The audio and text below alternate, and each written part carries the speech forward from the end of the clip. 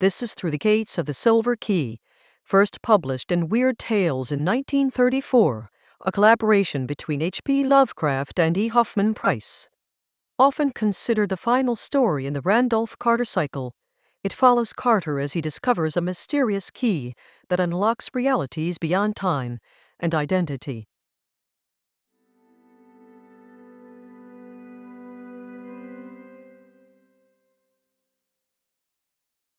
Through the Gates of the SilverKey by H.P. Lovecraft and E. Hoffman Price. Chapter 1. In a vast room hung with strangely figured arras and carpeted with Balcora rugs of impressive age and workmanship, 4 men were sitting around a document-strewn table. From the far corners, where odd tripods of wrought iron were now and then replenished by an incredibly aged Negro in summer livery, came the hypnotic fumes of olibanum, while in a deep niche on one side there ticked a curious, coffin-shaped clock whose dial bore baffling hieroglyphs and whose 4 hands did not move in consonance with any time system known on this planet. It was a singular and disturbing room, but well fitted to the business then at hand. For there, in the New Orleans home of this continent's greatest mystic, mathematician and Orientalist, there was being settled at last the estate of a scarcely less great mystic, scholar, author and dreamer who had vanished from the face of the earth 4 years before. Randolph Carter, who had all his life sought to escape from the tedium and limitations of waking reality in the beckoning vistas of dreams and fabled avenues of other dimensions, disappeared from the sight of man on the 7th of October 1928, at the age of 54.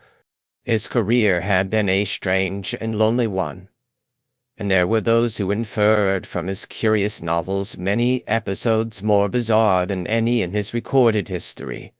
His association with Harley Warren, the South Carolina mystic whose studies in the primal narco language of the Himalayan priests had led to such outrageous conclusions, had been close. Indeed, it was he who, oneness mad, terrible night in an ancient graveyard, had seen Warren descend into a dank and nitrous vault, never to emerge.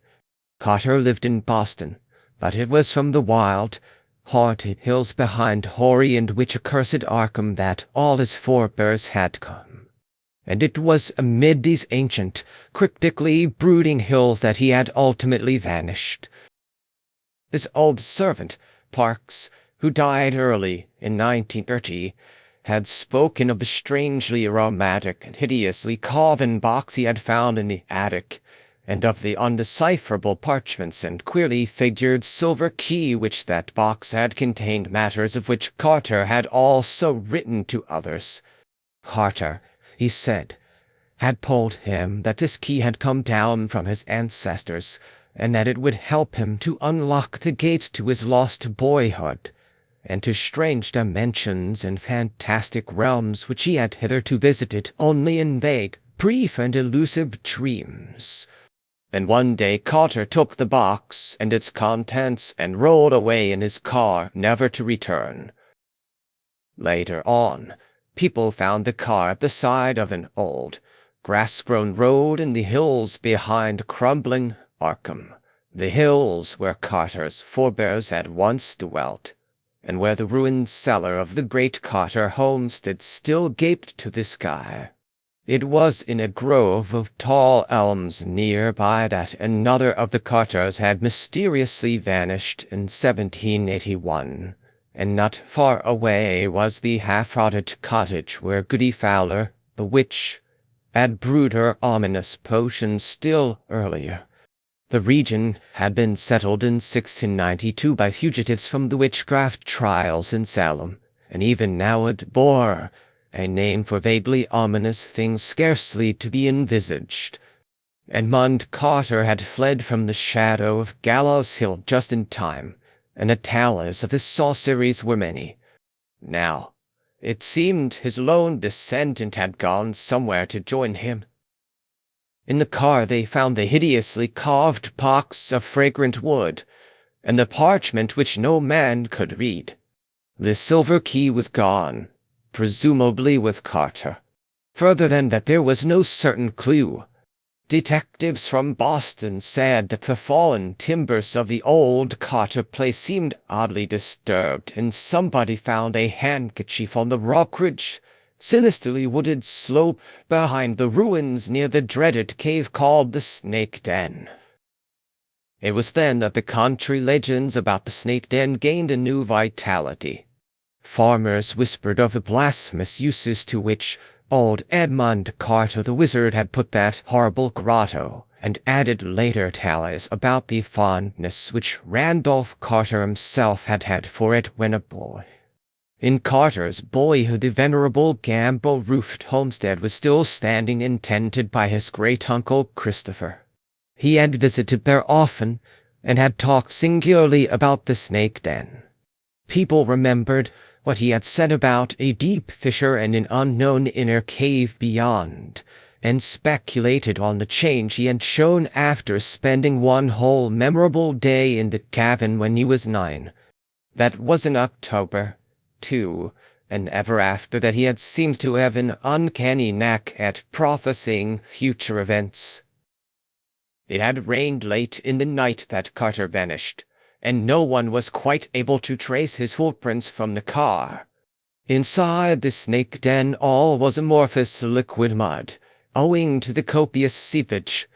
Only the ignorant rustics whispered about the prints they thought they spied where the great elms overhang the road, and on the sinister hillside near the Snake Den, where the handkerchief was found. Who could pay attention to whispers that spoke of stubby little tracks like those which Randolph Carter's square-toed boots made when he was a small boy? It was as crazy a notion as that other whisper, that the tracks of old Benijah Corey's peculiar heelless boots had met the stubby little tracks in the road. Old Benijah had been the Carters' hired man when Randolph was young, but he had died 30 years ago. It must have been these whispers, plus Carter's own statement to Parks and others that the queerly arabesque silver key would help him unlock the gates of his lost boyhood, which caused a number of mystical students to declare that the missing man had actually doubled back on the trail of time and returned through 4 to 5 years to that other October day in 1883 when he had stayed in the Snake Den as a small boy. When he came out that night, they argued he had somehow made the whole trip to 1928 and back, for did he not thereafter know of things which were to happen later? And yet he had never spoken of anything to happen after 1928.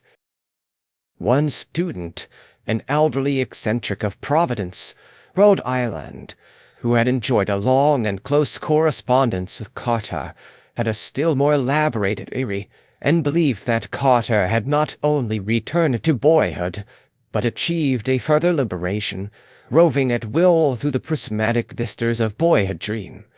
After a strange vision, this man published a tale of Carter's vanishing in which he hinted that the lost one now reigned as king on the opal throne of Unnamable, that fabulous town of turrets atop the hollow cliffs of glass overlooking the twilight sea wherein the bearded and finny Nori build their singular labyrinths.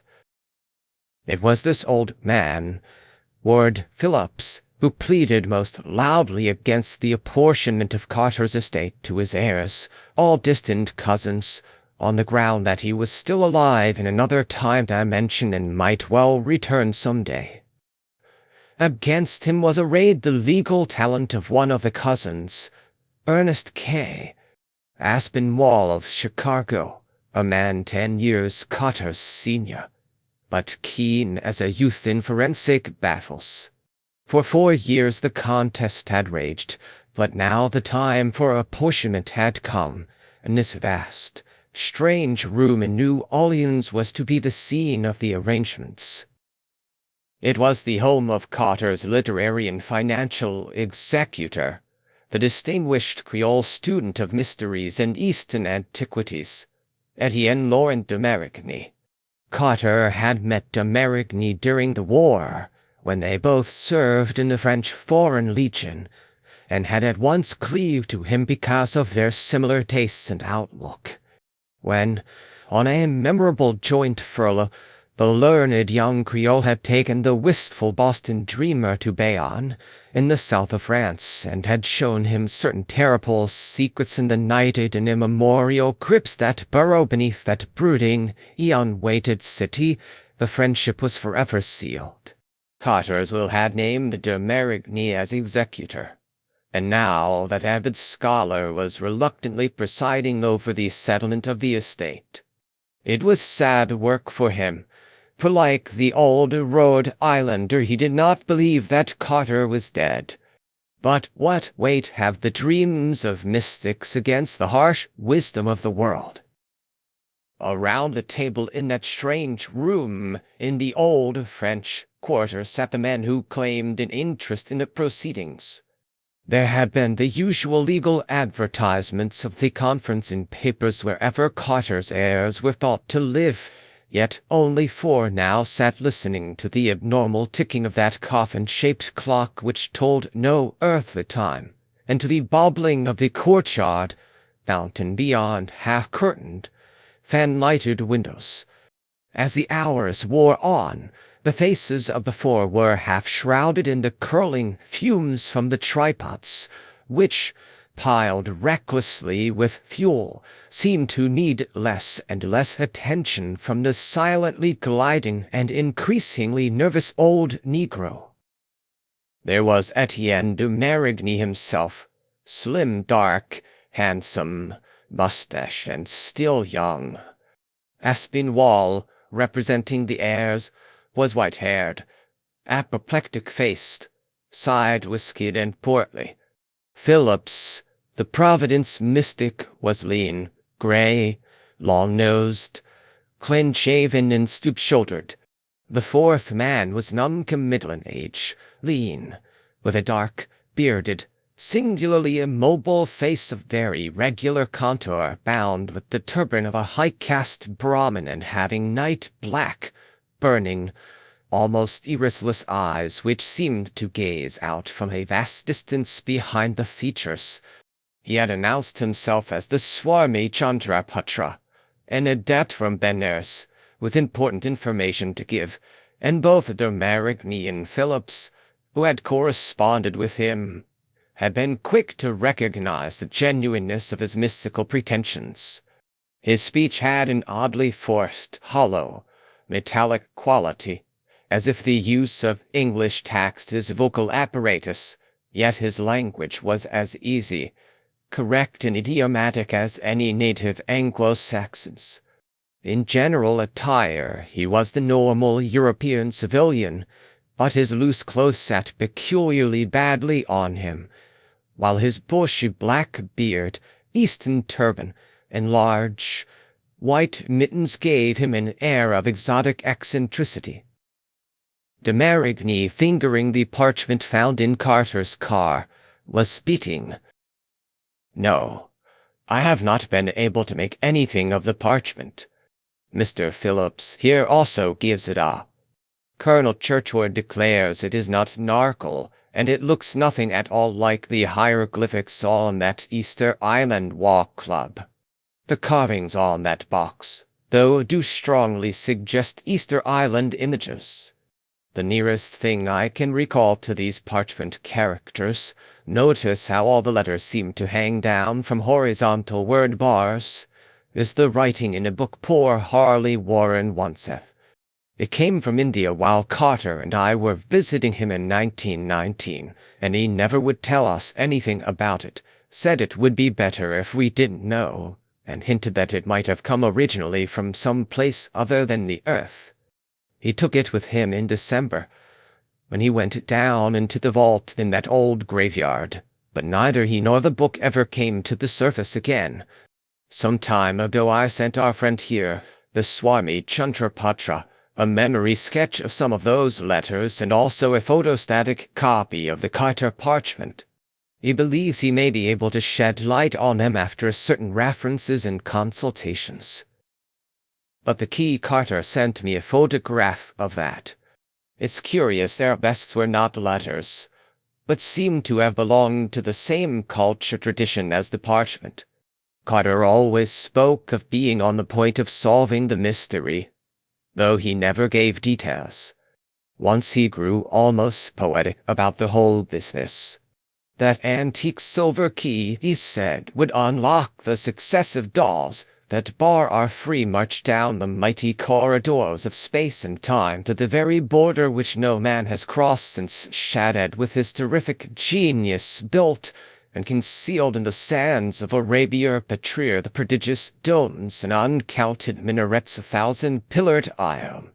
Half-starved dervishes, wrote Carter, and thirst-crazed nomads have returned to tell of that monumental portal, and of the hand that is sculptured above the keystone of the arch. But no man has passed, retraced his steps to say that his footprints on the garnet-strewn sands within bear witness to his visit. The key, he surmised, was that for which the Cyclopean sculptured hand vainly grasps. Why Carter didn't take the parchment as well as the key, we cannot say. Perhaps he forgot it, or perhaps he forbore to take it to recollection of one who had taken a book of like characters into a vault and never returned. Or perhaps it was really material to what he wished to do. As de Marigny paused, old Mr. Phillips spoke in a harsh, shrill voice. We can know of Randolph Carter's wandering only what we dream. I have been to many strange places in dreams, and have heard many strange and significant things in all thought, beyond the river sky. It does not appear that the parchment was needed, for certainly Carter re-entered the world of his boyhood dreams, and is now a king in Ilakvad. Mr. Aspinwall grew doubly apoplectic, looking as he sputtered, "Can't somebody shut that old fool up? We've had enough of these moonings. The problem is to divide the property, and it's about time we got to it." For the first time, Swami Chandrapatra spoke in his queerly alien voice. "Gentlemen, there is more to this matter than you think. Mr. Aspinwall does not do well to laugh at the evidence of dreams. Mr. Phillips has taken an incomplete view, perhaps because he has not dreamed enough. I, myself, have done much dreaming. We in India have always done that, just as all the Carters seem to have done it. You, Mr. Aspinwall, as a maternal cousin, are naturally not a Carter. My own dreams, and certain other sources of information, have told me a great deal which you still find obscure. For example, Randolph Carter forgot that parchment which he couldn't decipher, yet it would have been well for him had he remembered to take it. You see, I have really learned pretty much what happened to Carter after he left his car with the silver key at sunset on that 7th of October 4 years ago." Aspinwall audibly sneered, but the others sat up with heightened interest. The smoke from the tripods increased, and the crazy ticking of that coffin-shaped clock seemed to fall into bizarre patterns like the dots and dashes of some alien and insoluble telegraph message from outer space.